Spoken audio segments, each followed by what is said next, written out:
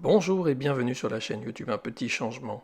Aujourd'hui, nous allons faire la synthèse de la première partie du livre de Greg McKeown sur l'essentialisme. Faire moins, mais mieux, ou l'art d'être réellement efficace.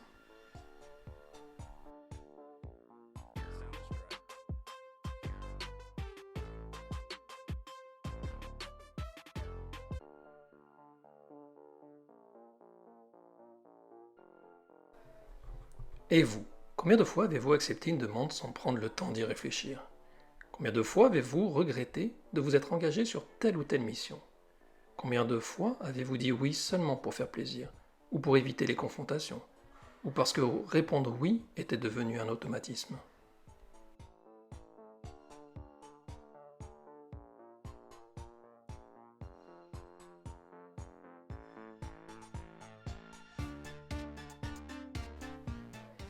L'essentialisme.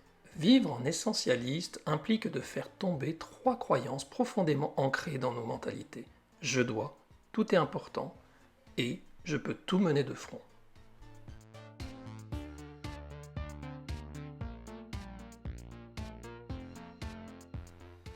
Concrètement, l'essentialisme remplace ces idées fausses par trois vérités fondamentales. Je fais des choix, rares sont les choses vraiment importantes, et je peux faire ce que je veux, mais pas tout.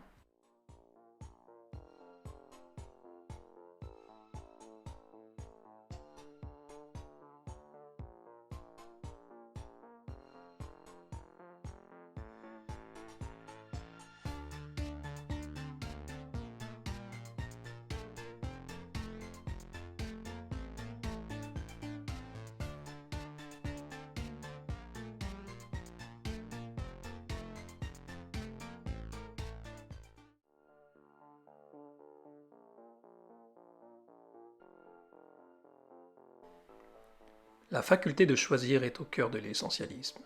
L'idée est d'avoir une conscience aiguë de notre liberté de choix. La première étape sur la voie de l'essentialisme, absolument fondamentale, sera donc d'apprendre à choisir, de choisir, et ce, dans tous les domaines de la vie.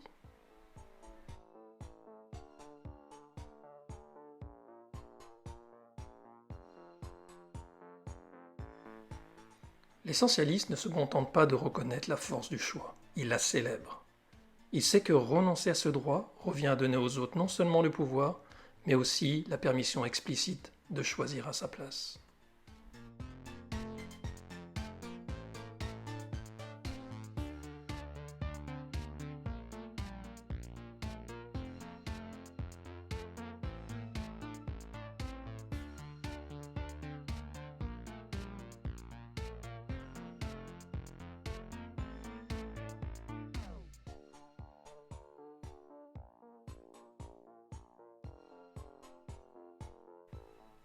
Comment vais-je faire? Tout est essentiel.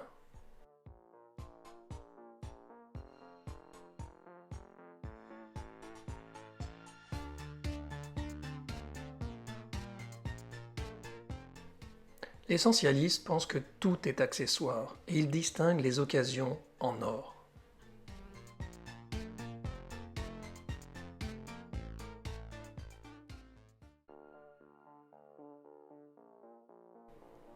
Pour vous entraîner, commencez par mettre en pratique cette compétence dans la vie quotidienne. Pour parvenir à une maîtrise totale, vous devrez radicalement changer votre façon de penser.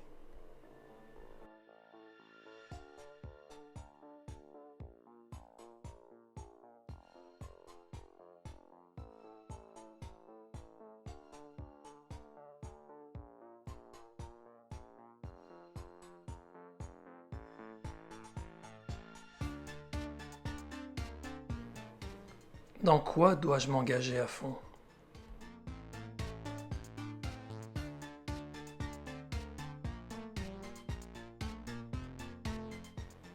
Aussi douloureux puissent-ils être, les choix représentent des opportunités décisives.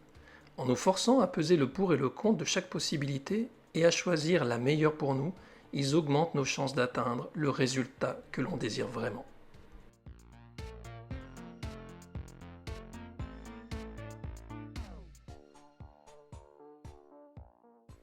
S'échapper.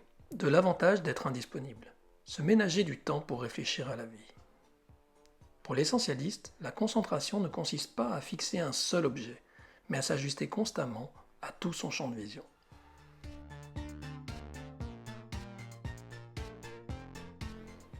Observer, voir ce qui compte vraiment, se concentrer sur ce qui fait sens, filtrer les informations pour en saisir l'essentiel. Jouer, avoir la sagesse des enfants. Le jeu est essentiel car il favorise la curiosité.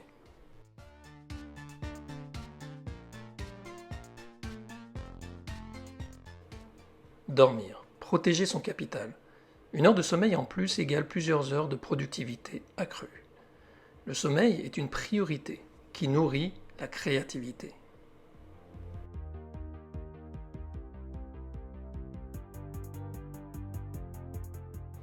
Sélectionner le pouvoir des critères extrêmes. Ne dire oui qu'à 10% des occasions.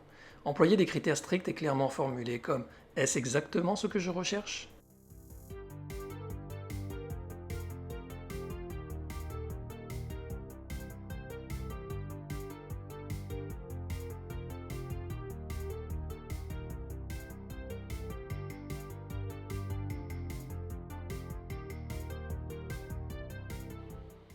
Trois questions à se poser.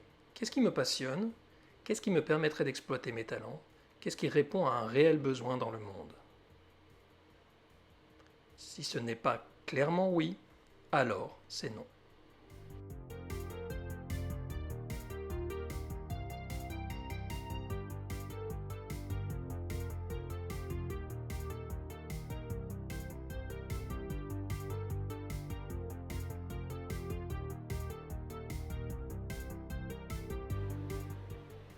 Quelle est mon intention essentielle?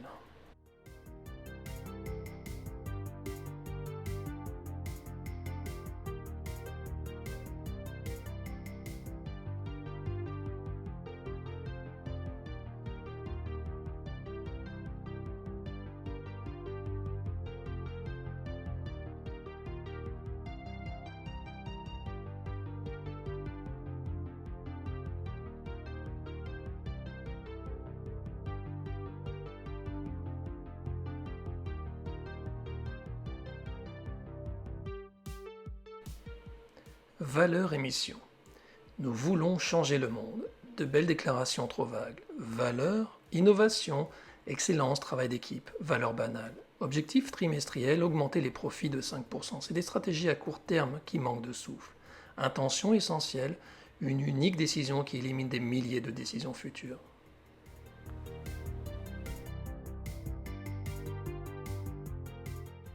Une intention essentielle est à la fois concrète et inspirante, chargée de sens et mesurable.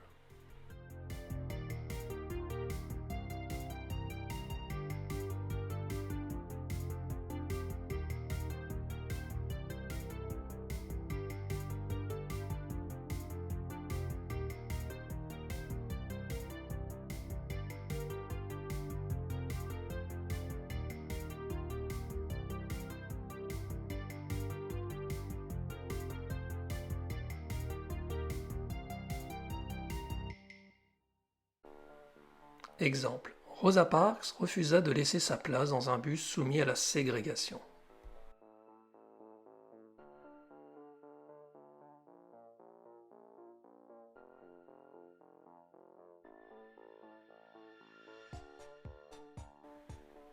Sa décision est née d'une conviction que c'était la chose à faire à ce moment-là.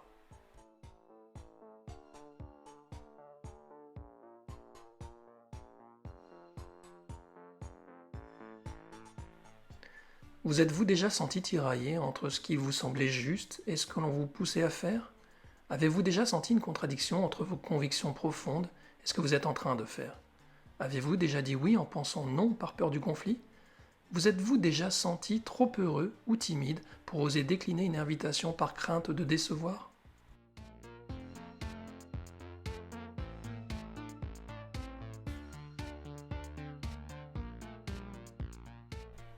Vous n'êtes pas seul. Négocier ces moments avec élégance et courage est l'une des plus importantes et difficiles compétences de l'essentialiste. Toutefois, une conscience claire de ce qui est essentiel donne la force de dire non. Avoir le courage de dire non est alors plus simple.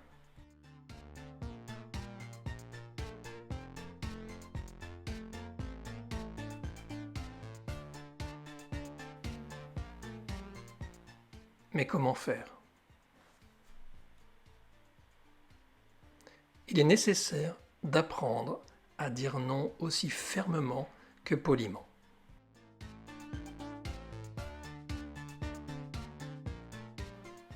Les gens respectent davantage ceux qui savent dire non parce qu'ils ont le courage de leurs convictions.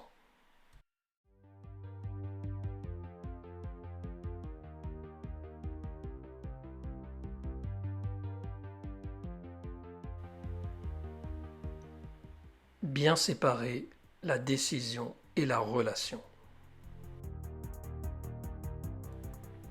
Évitez de confondre la demande en elle-même et la relation avec la personne qui la formule.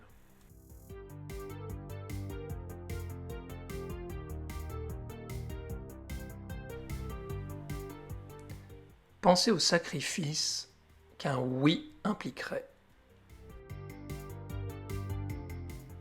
Pensez à ce que coûtera le oui.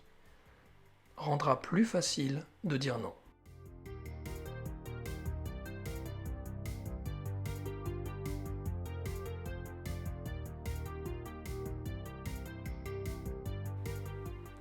Vous êtes-vous déjà acharné sur un projet au lieu d'arrêter les frais ?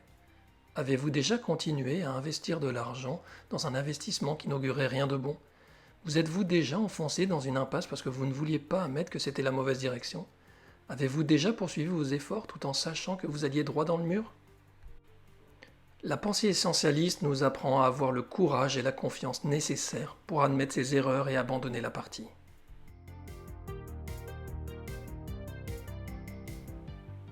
Accepter l'échec pour renouer avec le succès. Ne pas s'acharner sur ce qui ne fonctionne pas. Prendre l'avis d'une personne neutre. Attention au biais du statu quo. Faire comme on a toujours fait. Ne pas s'engager à la légère. Prendre son temps avant de parler. Et dépasser la peur de manquer. Il reste plus difficile de se désengager que de ne pas s'engager du tout.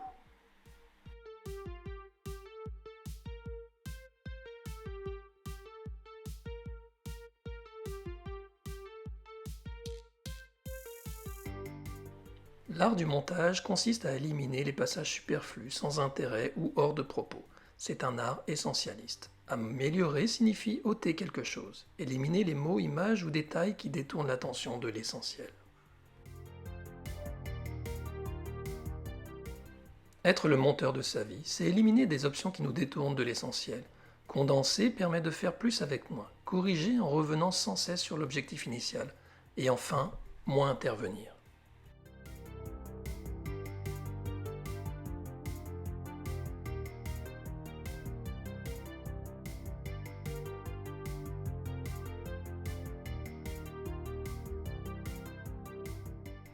L'absence de limite est typique de notre époque. Les nouvelles technologies ont brouillé la frontière entre le travail et la vie privée.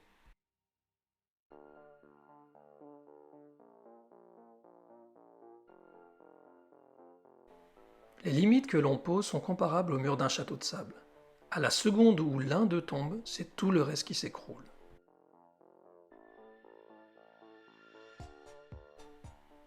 Les limites sont des forces. Elles protègent.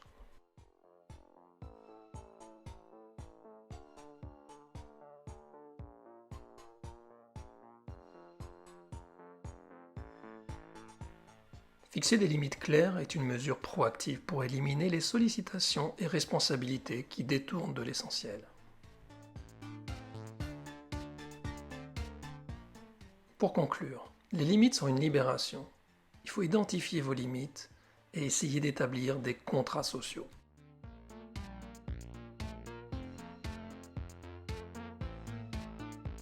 Un petit changement est une nouvelle chaîne YouTube. On a besoin nécessairement d'encouragement, de pouces, on a besoin d'abonnements. Vous pouvez aussi retrouver nos différentes vidéos, vous les aurez ici, les 2 dernières. Pensez bien aussi à vous abonner s'il vous plaît, ça nous aidera grandement à continuer à produire du contenu. Nous espérons que ce contenu vous satisfait. Ça prend du temps, c'est un contenu que l'on veut riche. Allez, bonne continuation et à bientôt!